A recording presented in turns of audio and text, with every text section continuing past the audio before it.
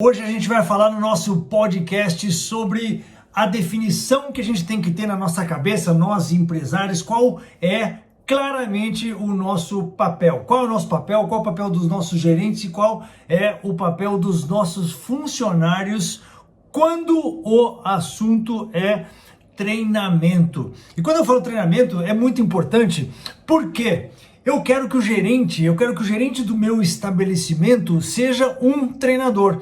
Eu acho uma falha muito grande, geral, tá? Não estou falando específica de um ou de outro restaurante, mas eu digo assim, se todos os gerentes do mundo colocassem na cabeça deles que o grande papel da vida deles é ser treinador das suas equipes, a gente teria um mundo muito melhor, a gente teria uma qualidade muito superior em todas as operações, em todos os estabelecimentos gastronômicos do mundo, se todos os gerentes tivessem essa mentalidade. E é sobre isso que a gente vai falar neste episódio do nosso Politicast.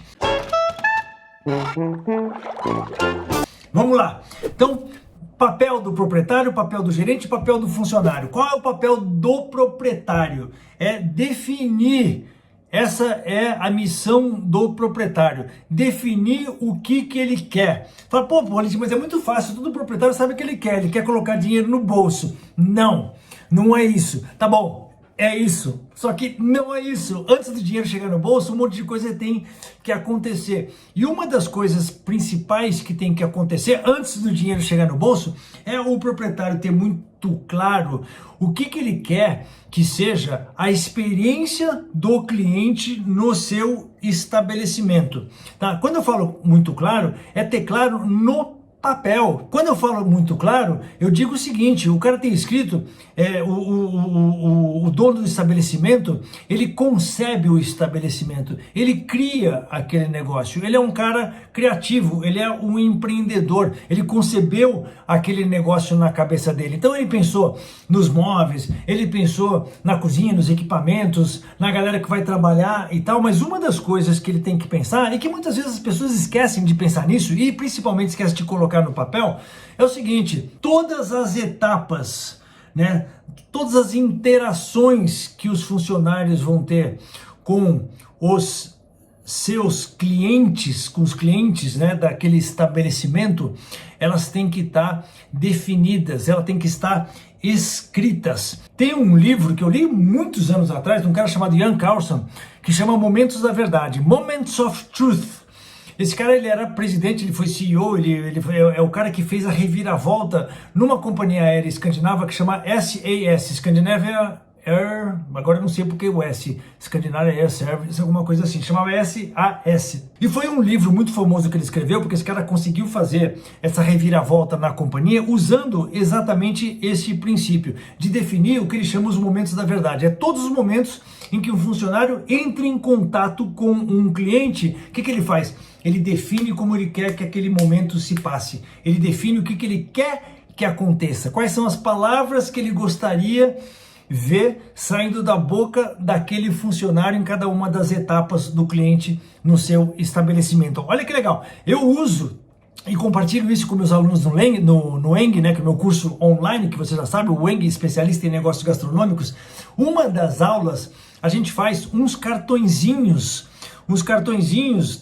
plastificados com cada uma das etapas do cliente no estabelecimento. Então tem lá, chegada do cliente, tomada de comanda, levar os pratos à mesa, levar a conta para o cliente, cada um desses momentos, que a gente chama de momentos da verdade, é uma oportunidade que o cliente tem de avaliar o seu estabelecimento. Então, quando você, para cada uma dessas etapas, tem definido no papel o que você quer que aconteça, você coloca isso nos cartõezinhos plastificados, você faz o treinamento da sua equipe baseado nisso, mas tipo teatro mesmo, sabe? Tipo ensaio. Fala assim, eu quero que aconteça isso, eu quero que quando o cliente chega na porta, invariavelmente, tem alguém recebendo. O cara não pode chegar e ir entrando no estabelecimento assim. andando. Não pode, não quero que isso aconteça. Eu quero que, invariavelmente, alguém se aproxime do cliente. Na hora que alguém se aproximar do cliente, eu quero que aconteça o quê? Eu quero que ele seja recebido com a seguinte frase. Galera, vamos fazer aqui um ensaio geral dessa frase? A frase que eu tenho aqui é essa. O que vocês acham dessa frase? Dá para repetir essa frase? Dá para todo mundo usar essa frase? Vamos combinar que essa frase é legal? Pode ter alguma variação dessa frase? Pode não ter, mas o que a gente quer? Que isso é conceituar o serviço, e isso é a missão do proprietário, tá? Então o proprietário define o que ele quer, assim como ele define a ambientação do seu estabelecimento, ele define que menu que ele quer trabalhar, ele define as pessoas que ele quer contratar, ele define o aluguel que ele quer pagar, ele define a localização do seu estabelecimento, mas muitas vezes ele não define no papel o que ele quer que aconteça nas interações entre clientes e funcionários. Então, o primeiro papel é esse, do proprietário do negócio. Segundo papel, o gerente. Tá? O gerente é aquele cara que implementa, que monitora, que assegura que todos os processos, tudo aquilo que foi combinado, tudo aquilo que estava na cabeça do proprietário, que saiu da cabeça do proprietário e foi para o papel, vai ser implementado. Então, esse é o papel do gerente. E aí a gente vai falar bastante do papel do gerente num outro episódio do podcast. Eu vou a fundo, né? No próximo episódio do podcast, eu vou a fundo em como que o gerente faz esse treinamento. Lembra que a gente acabou de falar? O papel mais importante do gerente é ser um gerente treinador. A gente vai falar isso no episódio exclusivo desse podcast. Por enquanto, a gente está falando o quê? Qual é o papel do proprietário, qual é o papel do gerente, qual é o papel dos funcionários. Então, o gerente é isso, aquele cara que implementa todas as políticas, aquele cara que dá o treinamento. Não deveria ser o proprietário que se responsabiliza pelo treinamento da equipe. Para isso que ele tem o gerente. Lembra? Eu sempre sou advogado dessa tese que o proprietário não tem que ser escravo do negócio. Se ele é o responsável pelo treinamento, e se o treinamento tem que acontecer, né, com uma certa regularidade, tem que acontecer, sei lá, todo funcionário tem que ser treinado uma vez por semana em todos os setores, não pode ser o proprietário que vai fazer esse treinamento. Para isso ele tem o gerente, mas para isso ele tem que assegurar que esse gerente esteja capacitado para dar esse treinamento, que ele esteja preparado para dar esse upgrade na função de gerente. Então, esse chapéu do gerente, né, de que ele tem que se conscientizar desse chapéu que ele tem que vestir, muitas vezes de treinador, é muito importante que ele tenha essa consciência. E o terceiro elemento nessa tríade, né, proprietário, gerente, é o funcionário. O funcionário é aquele cara que recebe o treinamento, executa na prática todas aquelas coisas que foram passadas para ele. Então, eu considero que tem dois tipos de funcionário. Você tem um funcionário que é aquele cara, um funcionário novo, que ele está vendo como é que as coisas acontecem, ele aprende aquilo que foi passado para ele, né? A gente vai falar também num dos episódios aqui, porque isso é uma série de 3 episódios que a gente está fazendo, que a gente está falando sobre serviço / treinamento no estabelecimento gastronômico, e um dos episódios vai ser justamente sobre como que a gente recebe um funcionário nos primeiros dias na nossa casa. Isso é uma coisa muito importante também. Então, vamos lá. Qual é o papel do funcionário? Politi, foca, volta aonde você estava. Então, você tem aquele funcionário novo que chegou, que passou aqueles 4, 5 dias de treinamento inicial e ele está executando o trabalho, e tem aquele cara, aquele funcionário que é o funcionário mediano, digamos assim. Ele executa aquilo que foi pedido para ele, beleza, ele está fazendo, porque também se ele não executasse, já tinha que ter mandado esse cara embora. Mas vamos supor que não é o caso de mandar embora, mas é o cara que executa. É o cara que não faz muito além de executar aquilo que é solicitado dele. Então, esse eu digo assim, funcionário tipo 1. É o novo, né, o funcionário entrante, ou o cara que não é, né, uma águia ali na sua equipe, mas é um cara que, ok, ele está cumprindo a função dele. Mas aí você tem o tipo 2 de funcionário, que é aquele funcionário que sim, né, ele está muito empolgado com o negócio, que sim, ele faz a mais do que é exigido, ele sim está se preparando para subir na carreira. Pela experiência que eu tenho, a gente tem mais funcionários na média que estão ali, né, carregando o piano todo dia, do que funcionários que têm essa mentalidade de aprendizado, têm essa mentalidade de crescimento, que estão querendo fazer mais coisa, que estão querendo... Então, esses caras, quando você consegue detectar esses caras na sua equipe, você imediatamente traz ele para o seu lado, porque vai ser esse cara que vai perpetuar os sistemas todos que você está criando. Essas definições todas que você criou, que a gente acabou de mencionar enquanto proprietário de um estabelecimento, que você delegou para o seu gerente essa tarefa de implantar tudo isso na sua operação, aí você tem esse funcionário top, esse tipo 2 que eu estou mencionando de funcionário, que é o cara que vai perpetuar a coisa para você. Por quê? Porque ele vai fazer tudo conforme o padrão, ele vai demonstrar para o resto da equipe que aquela é a maneira correta de atuar em cada um daqueles momentos da verdade, e principalmente aquele funcionário número 2 é o cara que você está treinando para ser um supervisor, que você está treinando para ser um mestre, que você está treinando para ser um chefe de cozinha, que você está treinando para que ele dê o próximo passo na sua operação. Às vezes até a pessoa fala assim, aquele é um puxa-saco do patrão, aquele é um puxa-saco do gerente, ele faz tudo certinho, faz tudo by the book. Pô, não é aquilo que todo mundo deveria fazer? By the book não é aquilo que todo funcionário deveria almejar, fazer as coisas conforme foram, né, estabelecidas, conforme foram definidas, conforme foram concebidas, mas tem muita gente que não pensa dessa maneira. Então, esses poucos que pensam dessa maneira, você faz o quê? Você converte eles em treinadores também, tá? Porque você tem aquele gerente treinador, mas você tem o funcionário treinador.